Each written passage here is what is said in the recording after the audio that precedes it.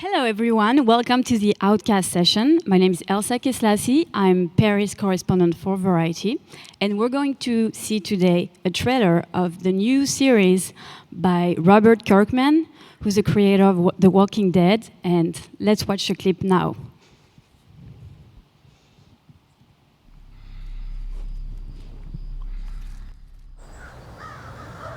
I've seen a lot.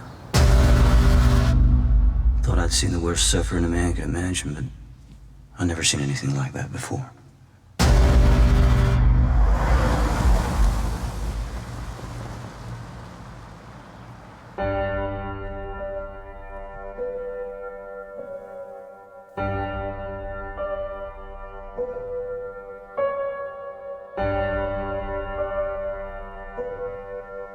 I felt man made his own heaven and hell on earth.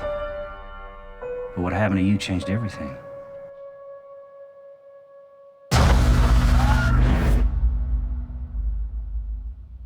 I know you.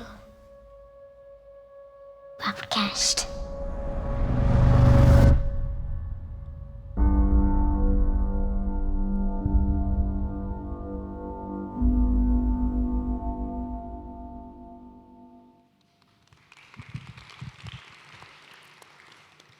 So I'm here on stage with Sharon Tal Yguado, who heads up Fox International Studios, Patrick Fugit, who is the star of Outcast, I got it right, and Dave Alpert, who is executive producer of Outcast and The Walking Dead.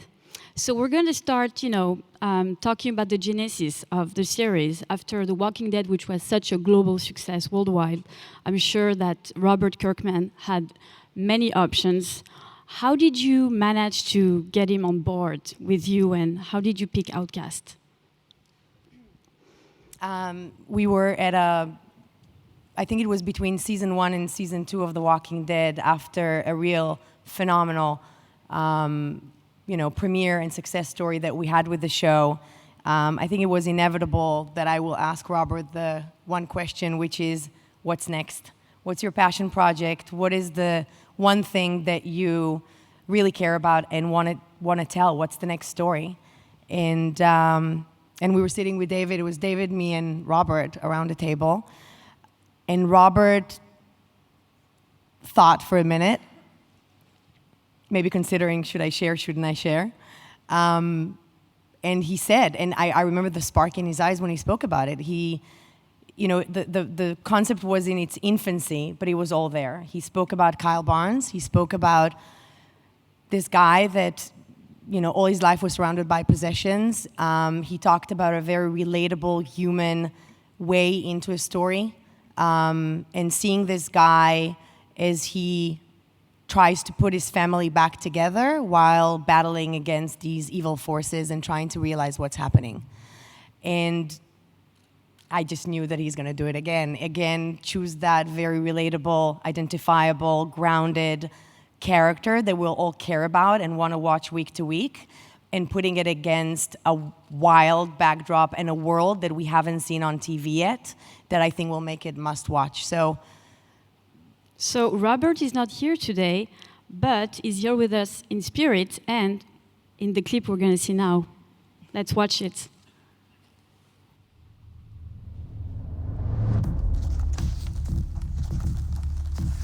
Hi, I'm Robert Kirkman, creator of Outcast.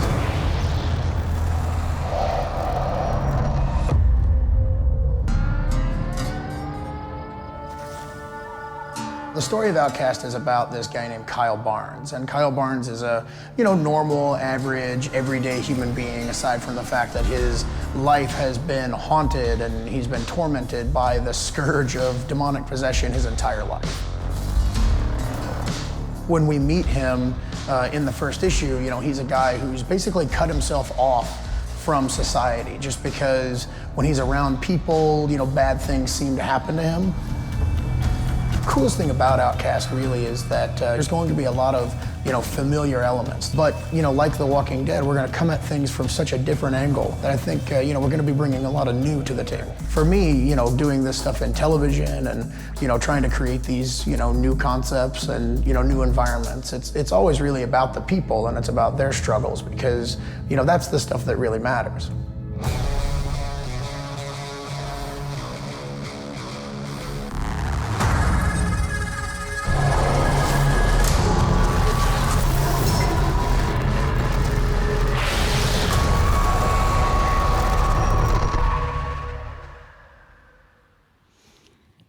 So you were working with Robert, and how did you get on board the series? Like, how was the development process from comic book to series? I know you developed the script totally, fully in-house at Fox International Studios, which you launched a year ago. How was that? How was the creative process? Well, I mean, a couple of things that were different about this than our previous processes. Exactly. One was we were doing the comic book and the script simultaneously. Normally, like on The Walking Dead, the comic had been out for 6 years before we started working with AMC. So this was sort of a new experience, not just for being the first scripted development at a studio, but also being the first time that we've developed a script and a comic book at the same time. So that was sort of interesting. The other thing was, though, is you have to work pretty hard to convince people that zombies are real. Most people don't believe zombies are real. I'm one of the few who do, but most people don't. But the majority of the world actually believes that demonic possession is real, and certainly the majority of Americans do. And so we have to approach it with a degree of seriousness and reverence in terms of, even if we don't necessarily want to do exactly the way that people think of demonic possession, we had to approach it, say, okay, this is going to be grounded and real and character-driven, and treat it so that people who do believe it are going to look at it and say, hey, that's a show for me. But at the same time, if you don't believe in demonic possession, it's not going to be something that turns you off. Mm-hmm. And you actually did not have a studio, a US platform, a US partner on board when you started developing. How was that also different in terms of creative freedom? Well, it was great. We developed a great working with Sharon and the whole team at Fox International from our experience on The Walking Dead. So there was a great creative shorthand from day one. We knew exactly where we were going. It was great not to have a giant studio giving us a tremendous amount of notes. We really had the freedom to let sort of Robert find his voice and find his way. And then as he sort of came in, and it took a while because it was between season 1 and 2, and it took a little while to sort of get to the place where Robert really had the time to do it appropriately. But he was very supportive, and it was great notes from the team. And Sharon and her executives were fantastic. So by the time we had the script in, we did some work on it, really got to a great place. But everybody was on board with the vision of a grounded, character-driven demonic possession show from day one. Mm-hmm. Cinemax came on board. We went out with the project. There was a bidding war. They, I think, were the most committed partner. Not only willing to pay a penalty, but really fighting for it and confirming that they will put everything into this. And I think that's what we were looking for. We were looking for a partner that is in love with this project as much as we are and understands the potential of it becoming a mega huge hit. So since then, we've been working very closely with them. We hired a showrunner, Chris Black, who has been nothing but wonderful. And I think his relationship with Robert is phenomenal. I think that they have a great understanding of and respect for each other, and allowing the show to be a show and the comic book, to continue living. But, this is Robert's first pilot. He actually wrote the pilot. So there's a level of commitment that we have from Robert and excitement that, is fantastic. How important for you is the US partner in your model? Because you say that basically you were making this show for the international market and then coming to find the best US partner. How strategic is the US partner? I think each project has a different partner. I think it's a lot about what the project is and the freedom that you want to have while telling the story. I will not hide. Outcast opens with a teaser that is pretty shocking. A very Robert Kirkman signature type of teaser. We wanted to make sure that no one will give us a note that we need to cut it or that we need to dance around it. Someone that accepts the world, that accepts, the commitment to our viewers and the comic book fans that we're going to deliver on the premise. So for Outcast, I think really a premium cable network like Cinemax was the perfect partner. I think, though, just even beyond that to a large degree, I think it wasn't like in the notes process that we were sitting there trying to figure out how do we make this great for an international market or how do we make it great for the domestic market. We really were sitting there, we're saying how do we tell Kyle Barnes' story in the most compelling and interesting way? And I think that what we found was a really interesting angle in on Patrick's character, and sort of like making that sort of be the focus. And then, Cinemax was totally on board with that direction, which is one of the reasons they've been a great partner for us. But the direction really wasn't driven by being international or domestic. It was just about what was the best way to tell this story. So Patrick, you've never done TV before. You're best known for your role as a boy in Almost Famous and Gone Girl most recently. I mean, this is a really bold, show to start with. What got you excited about this project? What were you thinking? Yeah.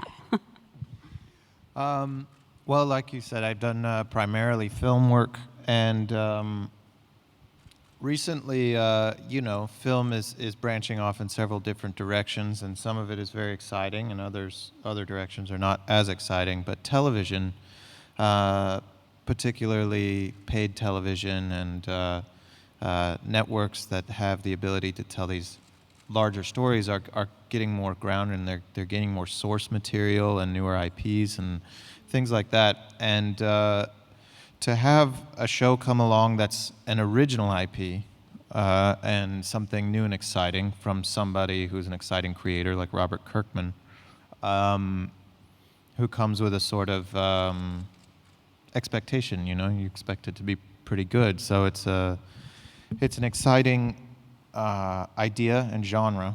And then the ability of,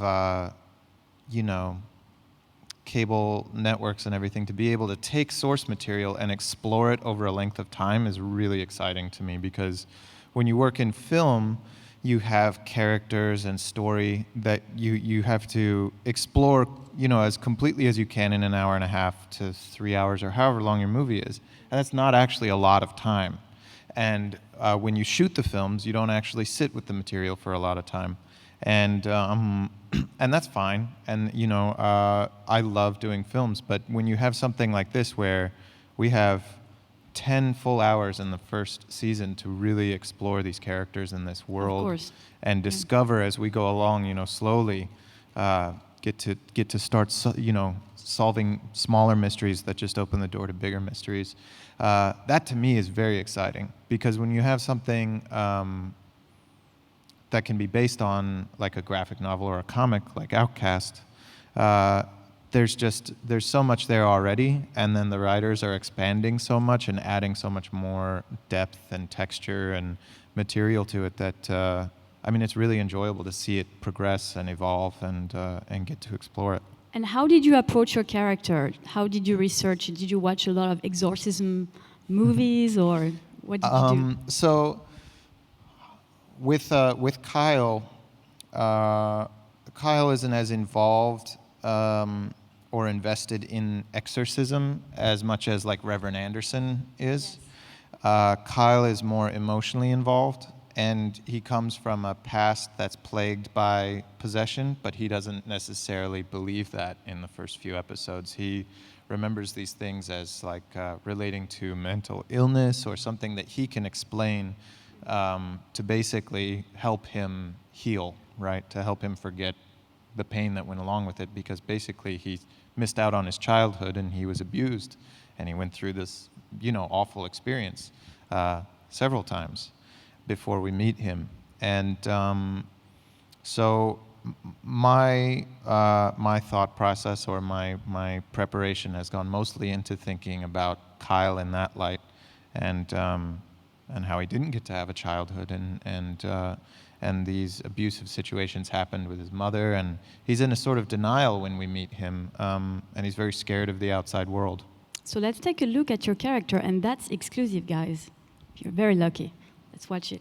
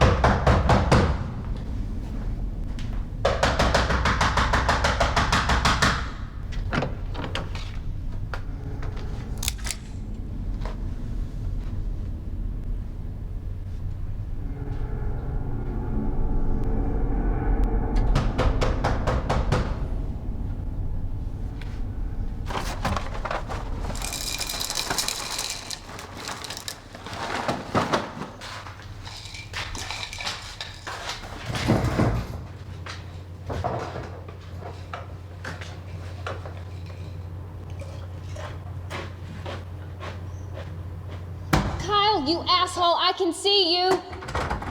Let me in. You know I'll stay here all goddamn day if I have to.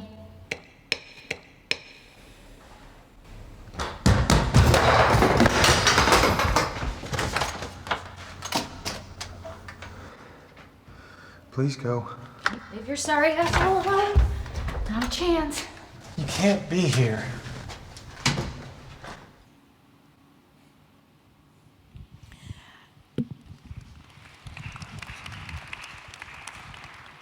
You know, looking for Kyle Barnes was not an easy task. Not only that he's the lead of, you know, this very high-profile show, but finding the right guy that, you know, will be, that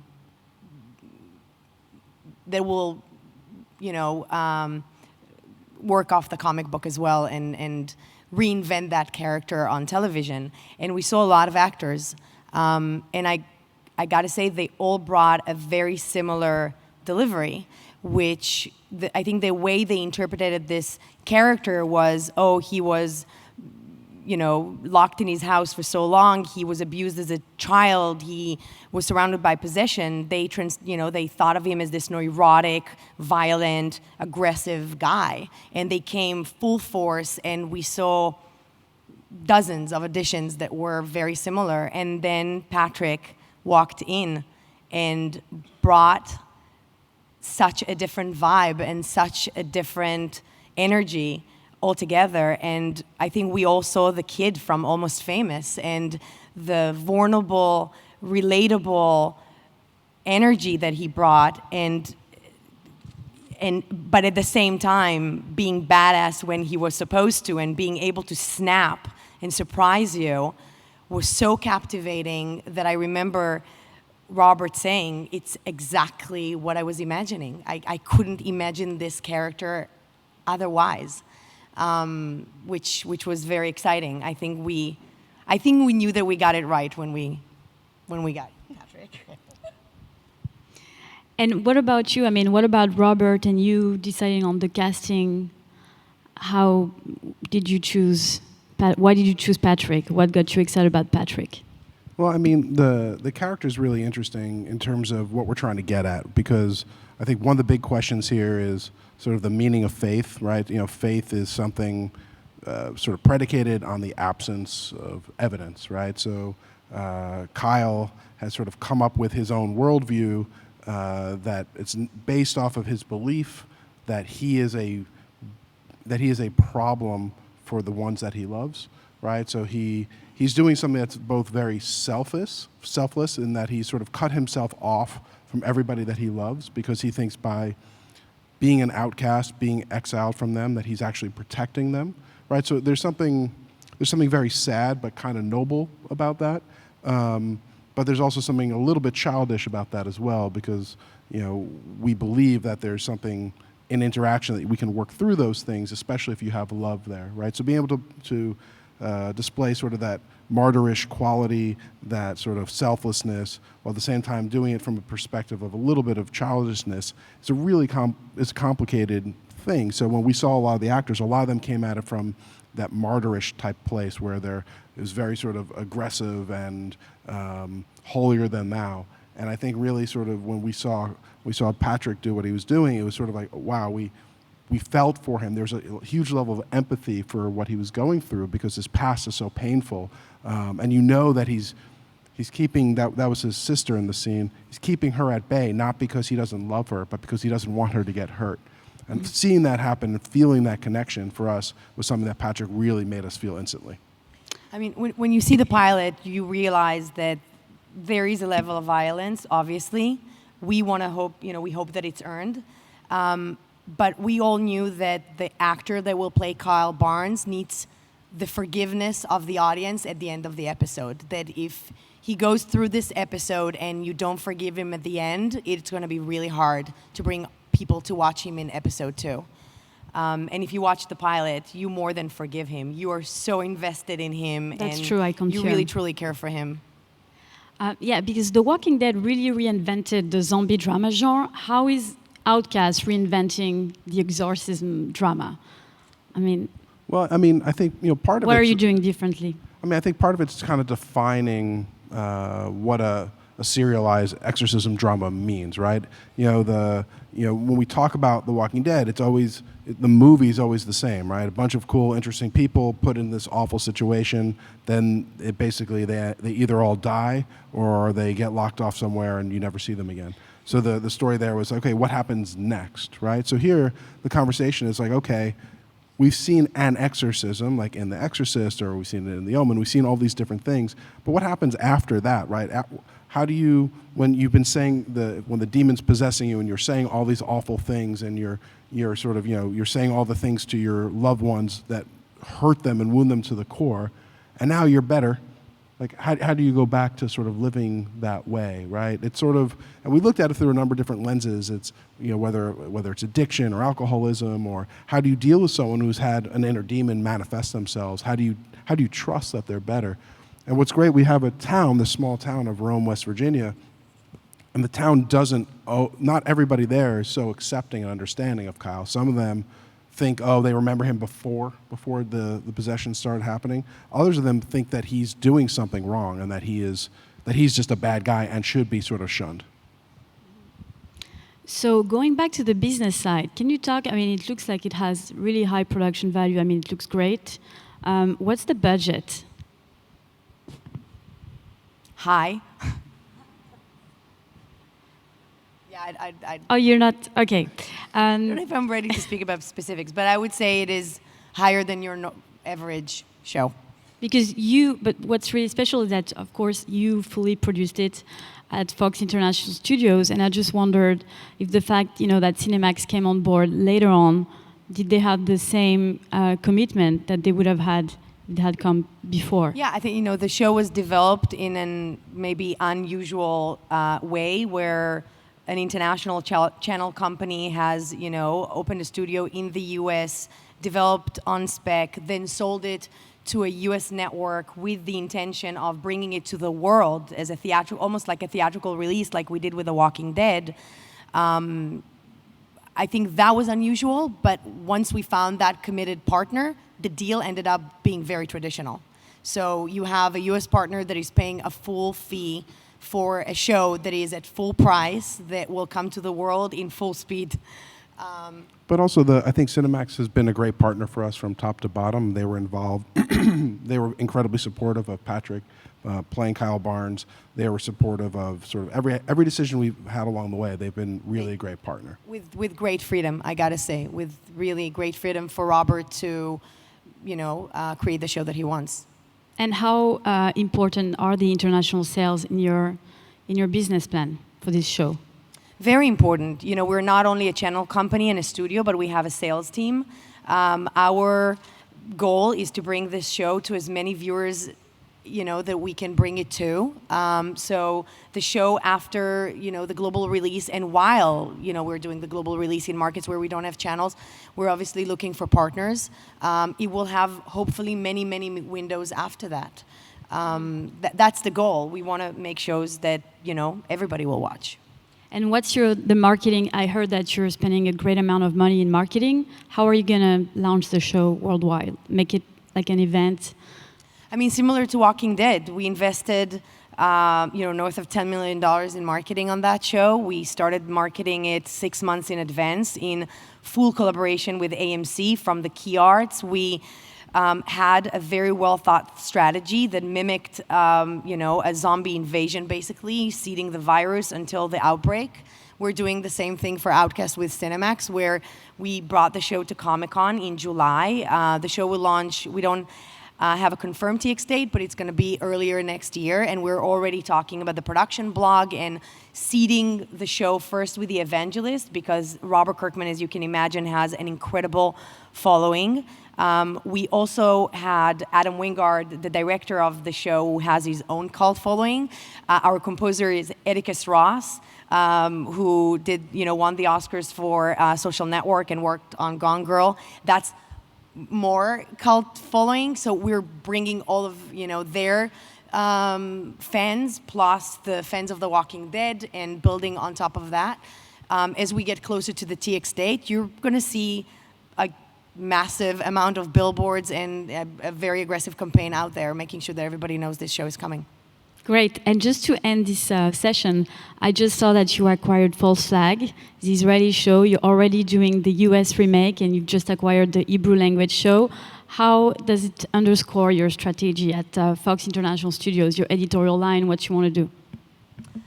You know, I think like The Walking Dead and Outcast, we look for shows that are, you know, big events that are, you know, at the center, focus on characters, very strong characters that you really get addicted to and watch week to week. But they're also very, very big and grand in their scale. False Flag is a show that we identified at a very early stage in development. I'm lucky I can read Hebrew, so I was able to read the outline before anybody else. I am simply obsessed about this show. We made a very big commitment. We not only acquired the remake rights in the US and are working now on that specifically, but we decided for the first time ever to also acquire the Hebrew, the Finnish right for the format, for the Finnish show, sorry. So we really control this property now worldwide. Very exciting. And when is Outcast premiering? We don't have a specific TX date, but I would say you should expect it early 2016. Can't wait. Thank you so much.